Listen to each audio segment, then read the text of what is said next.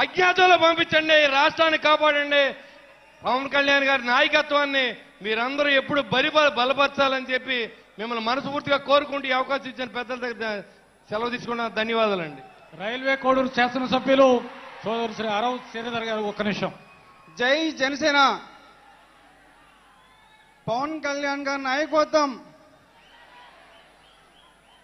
అదేవిధంగా ఈరోజు జనసేన పార్టీ 12వ ఆవిర్భావ సభకి నన్ను మీ అందరి ముందు మాటించడానికి మన నాయకుడు జనసేన పార్టీ అధ్యక్షులు పవన్ కళ్యాణ్ గారికి నేను పాదాభివందనం చేస్తున్నాను.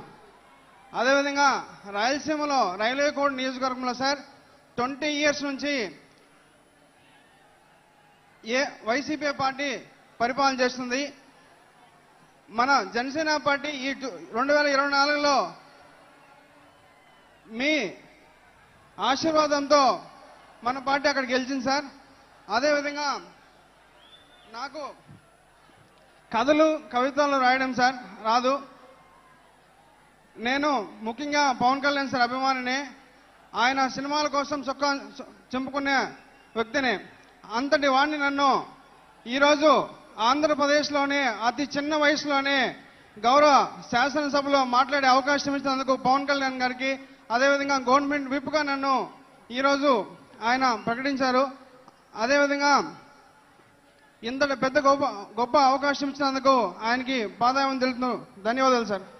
గౌరవనీయులు మచిలీపట్నం పార్లమెంటు సభ్యులు శ్రీ వల్లభ బాలశౌరి గారు. కార్యక్రమానికి ముఖ్య అతిథులు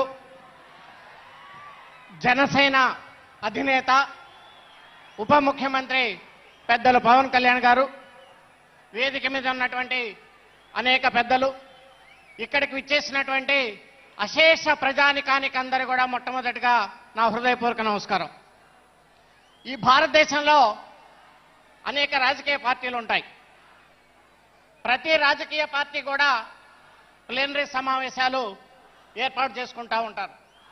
కానీ ప్లీనరీ సమావేశాలకి బస్సులు తరలించడం, రైళ్లు తరలించడం వేరే పార్టీలు చేసినా ఇందులో 10% కూడా సక్సెస్ కానటువంటి పరిస్థితులు మనం చూస్తాం. కానీ ఎటువంటి సహాయ సహకారాలు లేకుండా పవన్ కళ్యాణ్ గారి కోసం ఈ రాష్ట్రమే కాదు ఇతర రాష్ట్రాల నుంచి మీ సొంత ఖర్చులతోటి వచ్చినటువంటి ఈ జన సైన్యం ఏదన్నా ఉంది అంటే అది పవన్ కళ్యాణ్ గారి అధ్యక్షతలో ఉన్నటువంటి ఈ జనసేన పార్టీ ఒక్కదానికే దక్కుతుంది అనేటువంటి సందర్భంగా మీ అందరికి కూడా తెలియజేస్తా ఉన్నాను. ఈ మధ్య మనం చూసాం, ఉప ముఖ్యమంత్రి గారు జగన్మోహన్ రెడ్డి గారు పవన్ కళ్యాణ్ గారిని గురించి ఒక అనుచితమైనటువంటి వ్యాఖ్యలు చేశారు. ఒక కార్పొరేటర్ స్థాయితో పోల్చారు. జన సైన్యం ఇది పూర్తిగా ఖండిస్తా ఉంది మిస్టర్ జగన్మోహన్ రెడ్డి గారు అని చెప్పి సందర్భంగా మీకు మనవి చేస్తా ఉన్నాం. మీ అందరికీ తెలుసు, మన దేశ ప్రధాని గారే పవన్ కళ్యాణ్ గారిని గురించి సాక్షాత్తు పార్లమెంటు సెంట్రల్ హాల్లో ఏ పవన్ నహీ హై ఆంధీ హై అన్నారు దేశ ప్రధాని గారు. ఆయన పవన్ కాదు ఒక తుఫాను అని చెప్పారు. ఈరోజు ఎన్డీఏకి కూటమికి ఇటు రాష్ట్రంలో కానీ అటు దేశంలో కానీ ప్రభుత్వాలు ఏర్పడినాయి అంటే అది ఒక్క పవన్ కళ్యాణ్ గారి ద్వారానే ఏర్పడింది అనేటువంటి విషయం అటు ఢిల్లీ పెద్దలకు తెలుసు, దేశంలో ఉన్నటువంటి అనేక రాజకీయాల నాయకులకు తెలుసు. మీరు అలాంటి అనుచితమైనటువంటి వ్యాఖ్యలను చేయటం జన సైన్యాలను బాధేస్తుంది. మీరు అలాంటి వ్యాఖ్యలు చేశారు కాబట్టి ఈరోజు మీకు 11 సీట్లకి మాత్రమే మిమ్మల్ని కూర్చోబెట్టారు. ఆ 11 సీట్లకి ఏం చెప్పారో తెలుసా అర్థం? నీవు పులివెందులకి ఎక్కువ, కడపకి తక్కువ అనేటువంటి విషయాన్ని మీకు ప్రజలు చెప్పారనేటువంటి విషయాన్ని సందర్భంగా మీకు మనం చేస్తా ఉన్నాను. మొన్న జరిగినటువంటి మహారాష్ట్ర ఎన్నికల్లో పవన్ కళ్యాణ్ గారు వెళ్తే ఎక్కడెక్కడ ప్రచారం చేశారో ఆ సీట్లన్నీ కూడా బ్రహ్మాండంగా గెలిచినాయి. ఆ విషయాన్ని మాకు స్వయంగా నేను ఉదయ్ శ్రీనివాస్ గారు వెళ్తే అమిత్ షా గారే చెప్పారు, బ్రహ్మాండంగా ప్రచారం చేసి ఎన్డీఏకి మాకు మద్దతు పలికారు మహారాష్ట్రలో కూడా అని. అలాంటి వ్యక్తి మరి ఈరోజు పవన్ కళ్యాణ్ గారు ఇంగ్లీష్ మాట్లాడగలరు, హిందీ మాట్లాడగలరు, అలాగే తమిళ్ మాట్లాడగలరు, కన్నడ మాట్లాడగలరు, అన్నిటికంటే తెలుగు బ్రహ్మాండంగా మాట్లాడగలరు. మీరు తెలుగుకి ఎక్కువ, ఇంగ్లీష్కి తక్కువ మిస్టర్ జగన్మోహన్ రెడ్డి అనేటువంటి విషయాన్ని కూడా ఈ సందర్భంగా మనవి చేసుకుంటాం. ఈరోజు నన్ను ఉదయ శ్రీనివాస్ గారిని కలిసి పవన్ కళ్యాణ్ గారు పార్లమెంట్లో ఏ సబ్జెక్టులు మాట్లాడాలి, చేనేత కార్మికుల గురించి మీరు ఏ సబ్జెక్టులు మాట్లాడాలి, అలాగే అగ్నికుల క్షత్రియుల గురించి ఏ రకంగా మాట్లాడి, అలాగే బీసీ కులాల గురించి ఏ రకంగా మాట్లాడాలి, ప్రతి విషయాన్ని క్షుణ్ణంగా అర్థం చేసుకొని మాకు చెప్పారు.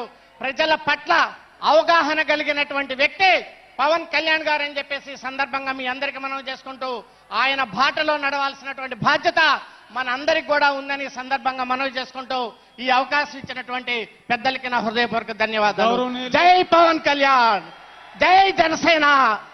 గౌరవనీయులు కాకినాడ పార్లమెంటు సభ్యులు, మన స్థానిక పార్లమెంటు సభ్యులు శ్రీ తంగెళ్ల ఉదయ శ్రీనివాస్ గారు.